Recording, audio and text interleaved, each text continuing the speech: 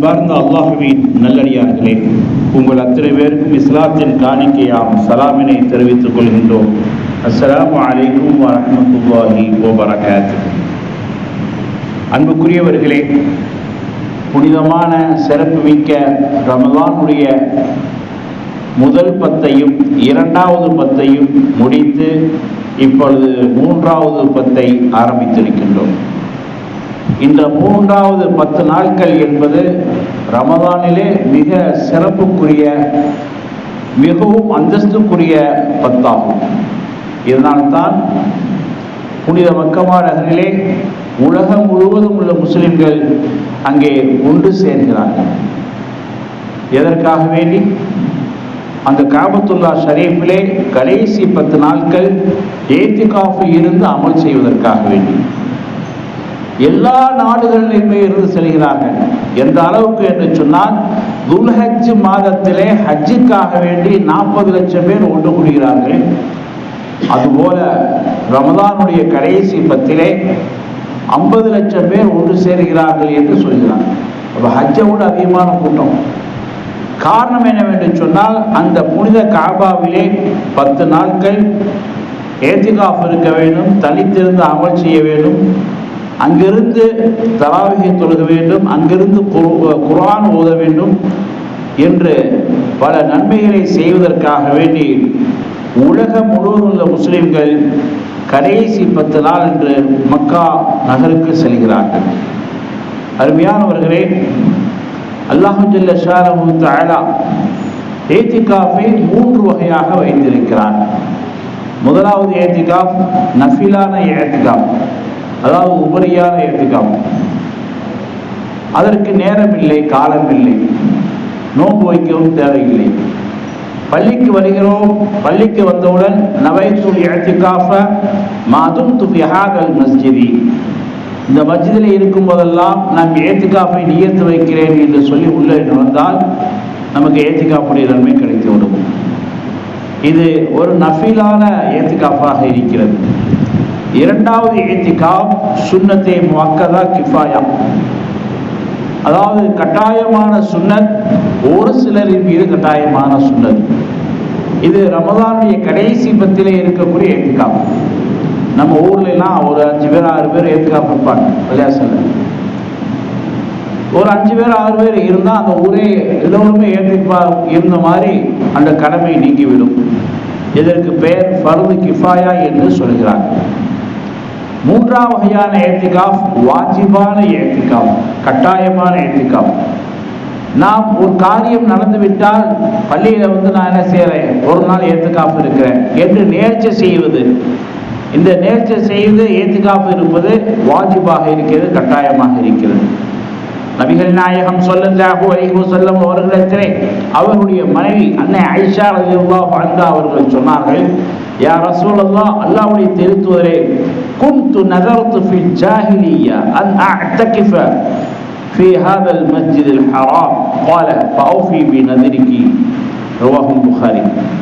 அன்னை ஆயிஷா ரலியல்லாஹு சொன்னாங்க, நான் இஸ்லாத்துக்கு வருவதற்கு முன்னாடி ஜாஹிலியத்துடைய காலத்திலே மஸ்ஜிதே ஹராமிலே, அதாவது காபத்துல்லாவிலே ஏத்திகாஃப் இருப்பதற்கு நியத்து வைத்திருந்தேன். இப்போது நான் இஸ்லாத்துக்கு வந்து விட்டேன். அந்த ஏத்திகாஃபை, அதாவது ஜாஹிலியா காலத்திலே இஸ்லாத்துக்கு வருவதற்கு முன்னால் நியத்து செய்த அந்த ஏத்திகாஃபை இப்பொழுது நான் நிறைவேற்றலாமா என்று கேட்டார்கள். நபிகள் நாயகம் ஸல்லல்லாஹு அலைஹி வஸல்லம் சொன்னாங்க, ஃபௌஃபி பினத்ரிகி, இப்பொழுது உன்னுடைய நேர்ச்சையை நீ நிறைவேற்றிக் கொள் என்று பெருமானார் ஸல்லல்லாஹு அலைஹி வஸல்லம் அவர்கள் அனுமதி கொடுத்தார்கள். அருமையானவர்களே, ஏத்திகாஃப் இருப்பதால் நமக்கு என்ன நன்மை கிடைக்கிறது? நபிகள் நாயகம் ஸல்லல்லாஹு அலைஹி வஸல்லம் சொன்னாங்க, மன் இத்தகஃப ஈமானன் வ இஹ்திஸாபன் குஃபிர லஹு மா தகத்தம, யார் ஈமானோடு நன்மையை தேடியவராக ஏத்திகாஃப் இருக்கின்றாரோ அவருடைய முன் செய்த பாவங்கள் அனைத்தும் மன்னிக்கப்படுகிறது என்று நபிகள் நாயகம் ஸல்லல்லாஹு அலைஹி வஸல்லம் காட்டினார்கள்.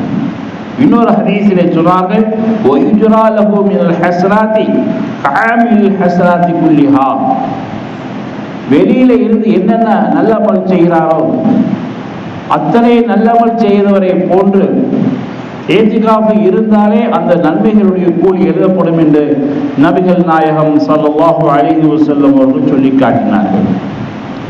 இன்னொரு ஹதீஸை சொன்னார்கள், மன் இஅ்தகஃப யௌமன் இப்திகா வஜ்ஹில்லாஹி ஜஅலல்லாஹு பைனஹு வ பைனன் நாரி ஸலாஸத ஹனாதிக.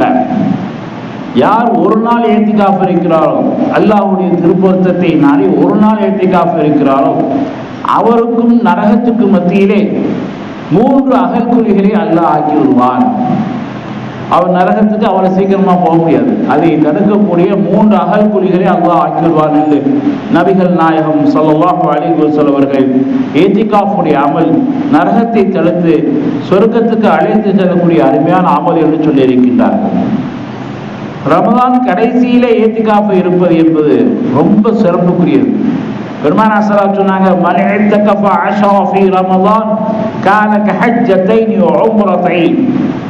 யார் ரமலானுடைய கடைசி 10 ஏத்திகாஃப் இருக்கிறாரோ அவர் 2 ஹஜ் செஞ்ச நன்மையை பெறுகிறார், 2 உம்ரா செஞ்ச நன்மையை பெறுகிறார் என்று நபிகள் நாயகம் ஸல்லல்லாஹு சொல்கிறார்கள்.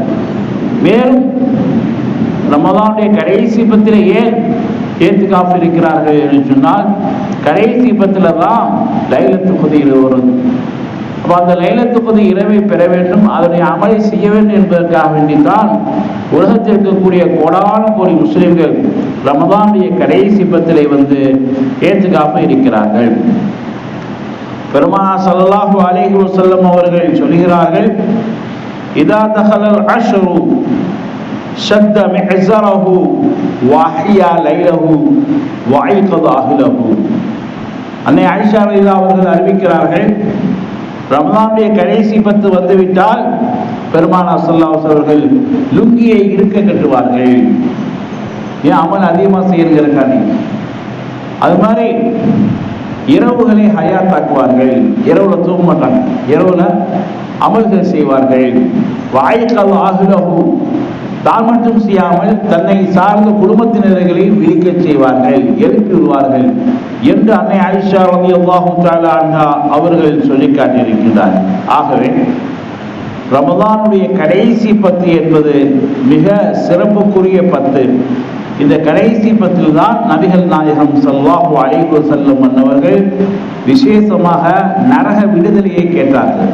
3வது துஆ, அல்லாஹும்ம அத்கினி மினன் நாரி வ அத்கில்னல் ஜன்னத யா ரப்பல் ஆலமீன். யா அல்லாஹ், என்னை நரகத்திலிருந்து விடுவித்து சொர்க்கத்திலே நுழைக்க செய்கின்ற இந்த 10 நாட்களும் நபிகள் நாயகம் ஸல்லல்லாஹு அலைஹி வஸல்லம் அவர்கள் இந்த குறிப்பான துஆவை அல்லாஹ்விடத்திலே கேட்டிருக்கிறார்கள். ஆகவே ரமலானுடைய கடைசி 10 என்பது மிக சிறப்புக்குரிய 10. இந்த 10 நாம் அதிகமாக அமல் செய்ய வேண்டும், குர்ஆன் ஓத வேண்டும், அதுபோன்று திக்ர் செய்ய வேண்டும், மற்றவர்களுக்கு ஏழை எளிய மக்களுக்கு சதக்கா செய்யணும். குறிப்பாக சதக்கத்துல் ஃபித்ர் என்று ஒரு தர்மம் இருக்கிறது. அந்த சதக்கத்துல் ஃபித்ர் என்ற தர்மத்தை நாம் ஏழை எளிய மக்களுக்கு செய்ய வேண்டும். கூடுதலான வசதி இருந்தால், ஜகாத்து கொடுக்கக்கூடிய அளவுக்கு வசதி இருந்தால், நம்முடைய சொத்துக்களை நம்முடைய செல்வங்களை கணக்கிட்டு 100க்கு 2.5% ஜக்காத்தை நாம் வழங்கிவிட வேண்டும். பெருநாள் தொழுகைக்கு முன்னாடியே இந்த சதக்காவையும் ஜக்காத்தையும் வழங்கிவிட வேண்டும். அது ஒவ்வொரு கடமையாளர் மீது கடமையாக இருக்கிறது. அல்லாஹ் ஜல்ல ஷானஹு தஆலா ரமலானிலே 3 10 கொடுத்தார். முதல் 10 ரஹ்மத்து என்று நபிகள் நாயகம் ஸல்லல்லாஹு அலைஹி வஸல்லம், 2வது 10 மக்ஃபிரத்து, 3வது 10 இத்கு மினன் நார், நரக விடுதலை தரக்கூடிய 10. இந்த நரக விடுதலை பெறக்கூடிய இந்த 10 நாம் அடைந்திருக்கிறோம். ஒவ்வொரு நாளும் நரக விடுதலையை கேட்டு சொர்க்கத்திலே நுழையக்கூடிய பாக்கியத்தையும் கேட்டு நாம் இந்த கடைசி 10 சிறப்பிக்க அல்லாஹ் ஜல்ல ஷானஹு தஆலா தௌஃபீக் செய்வானாக. வ ஆகிரு தஅவா அல்ஹம்துலில்லாஹி ரப்பில் ஆலமீன்.